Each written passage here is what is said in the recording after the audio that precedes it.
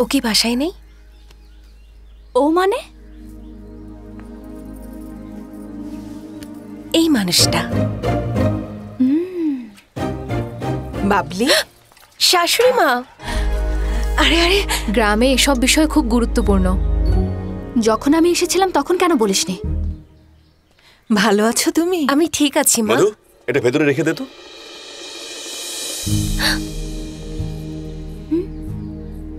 আরে তুমি ভানুর সঙ্গে দেখা করতে এসেছো? একটা শার্ট দিয়ে দিলেই যথেষ্ট। এরপর যা জিজ্ঞেস করবে তাই বলে দেবে। বাবা, খাবার দিয়ে দিব? হ্যাঁ মা, দিয়ে দাও। বাবলি, তুমিও চলে আসো। প্রথমে মেহমানদের খেতে দিন শাশুড়ি মা, আমি পরে খেয়ে নেব।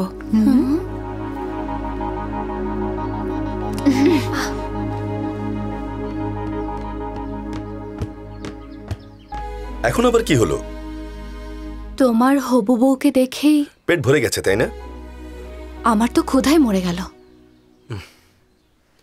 তাহলে দুধ পাঠিয়ে দেব? না বললে তো আর কোলে করে নিচে নিয়ে যাবে না, তাই না?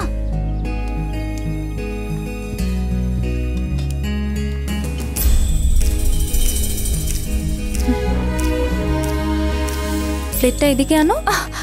আমার চুল। সাবধানে। ওহ, লাগছে।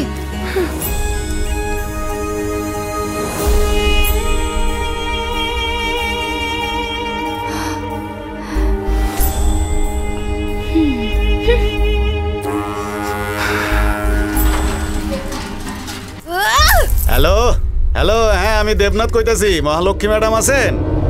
ওনার হাজবেন্ডের সাথেই কথা বলছি। আরে বাবা, আপনি নাকি? কালিমারে অ্যাপ্লিকেশন দিতে গেলে ভৈরব বাবা অ্যাপ্রুভাল দিয়ে দেয়, ঠিক সেই রকম খুশি লাগতাছে। আসলে হইছে কি, ওই উলু বনে মুক্তা ছড়ানোর মতো কইরা আপনার মাইয়ারে এখানে পাঠাইয়া দিছেন। পরে সামলানো মুশকিল হয়ে যাইতেছে। বাবা, ওনার মেয়ে দোষ করেছে, ওনাকে কেন কথা শোনাচ্ছ? নিজের মেয়ে দোষ করছে, এটা কি মানুষের কাছে কওয়া যায়? আসলে হইছে কি, রাবণের বাবা মাও ওগো মাইয়া সুপর্ণারে অপসরাই মনে করতো, তাই না? দারুণ বললা তো বাবা। রাবণকে ওর বউ বড় কোনো ফিল্মি সুপারস্টারই মনে করতো, বুঝেছো? ওটাও কিন্তু ফেলা যাইব না। এখন খারাপ কিছু কইও না। আমি তো বলবোই, কিন্তু এখান থেকে চলে যাইব। ওকে যেতেই হবে। না না, অথবা যাইব। দেখেন, একটা কথা কমু, আমার কাছে মনে হইতাছে একটা জোয়ান মাইয়ারে আর একটা জোয়ান পোলার সাথে ছাইরা দেওয়া ভালো কাজ হইব না। পরে যদি কোনো একটা কিছু হইয়া যায় আর সেইটা যদি মহালক্ষ্মী ম্যাডামের কানে চলে যায়, তাইলে আমি দেখছি কি করা যায়। হ্যাঁ হ্যাঁ, আপনারও তো দেখতেই হইব, তাই না? এইটা আপনার রেসপন্সিবিলিটি। কোনো একটা ঝামেলা নিশ্চয়ই হয়েছে।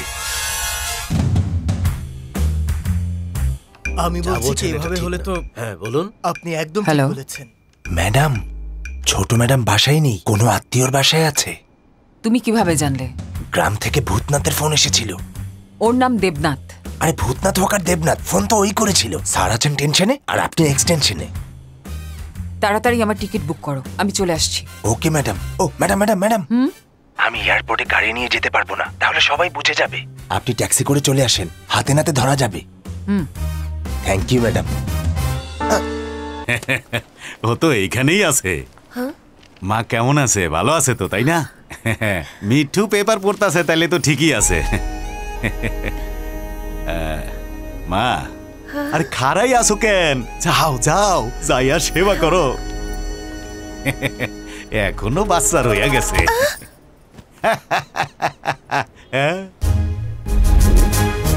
শরমের স্পেলিং আর ইজ্জতের মিনিংও জানে না, হাসির টাইমিংও জানে না, গাধা একটা। ঠিক আছে, ততক্ষণ তোমরা খাবার খাও, আমি পাশের মন্দির থেকে মাইয়ার শাশুড়ির লেগে পূজা করে আসি। এই নিন মা।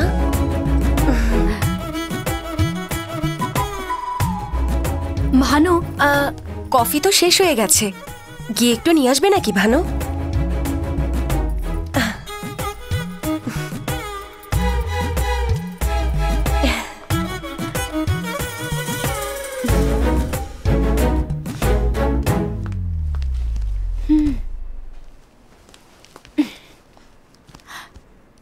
আনন্দ, একটু শুনুন না।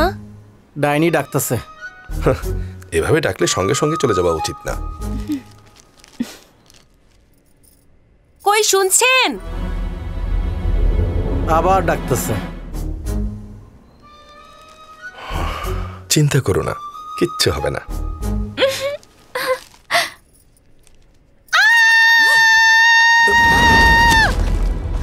কি হয়েছে? কি হয়েছে? কি ওখানে? টিকটিকি মনে হয়। কোথায় দেখাও? হ্যাঁ, তোমার লগে সেলফি তোলার লেগে এখনো পর্যন্ত অপেক্ষা করতেছে মনে হয় এখানে।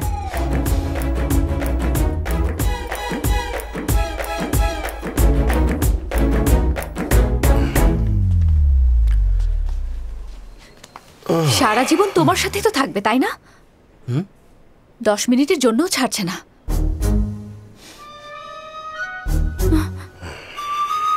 এদিকে আসুন। যাও যাও, মনে হয় ডাইনোসর চলে এসেছে। এখন আমার কি হবে?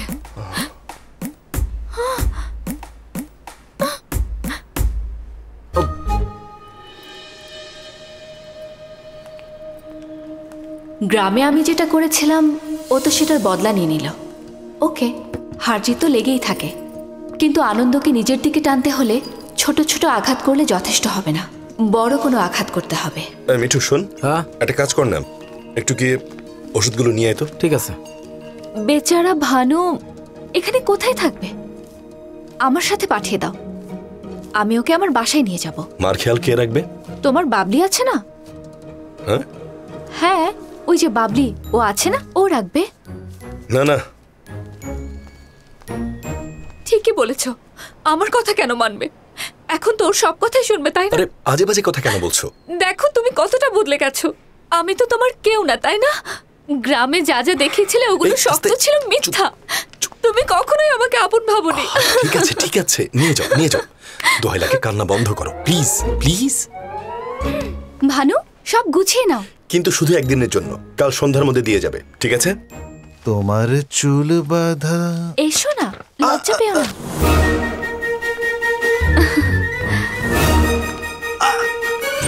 বাবা তো বাসাতেই আছে, দুশ্চিন্তা করার কোনো কারণই নেই। ভানুকে কেন নিয়ে এসেছো? তোমার মা দেখলে মেরেই ফেলবে। আমাদের বাসাতেই তো এসেছে, দোষের কি? তুমি বুঝবে না। ভানু চলো আমার সাথে। বাবা, আমি তো মানাই করেছিলাম তোমাকে। হ্যাঁ, এই মেয়েটাকে ভানু। ওর বান্ধবী? না, রাজশ্রী আন্টির মেয়ে। আরে এখন তো। যখন আমি শেখরকে হসপিটালে ভর্তি করাতে নিয়ে গেলাম, ওখানে আমি ওদেরকে দেখলাম। আন্টির শরীর অনেক খারাপ, ও ওখানে একা কিভাবে থাকবে এই চিন্তা করে ওকে এখানে এনেছি। কিন্তু বাবা মানতেই চাচ্ছে না, বলছে তুমি নাকি ঝগড়া করবে। এটা কেমন কথা? আই হেট ইউ বাবা। আমি মায়ের মেয়ে। বাবার কথা মতো ওকে ফিরিয়ে দিয়ে আসবো। কেন? ভেতরে নিয়ে যাও, তোমার যতদিন ইচ্ছা এখানে থাকতে পারো। আচ্ছা, তুমি ওদেরকে কিভাবে চেনো?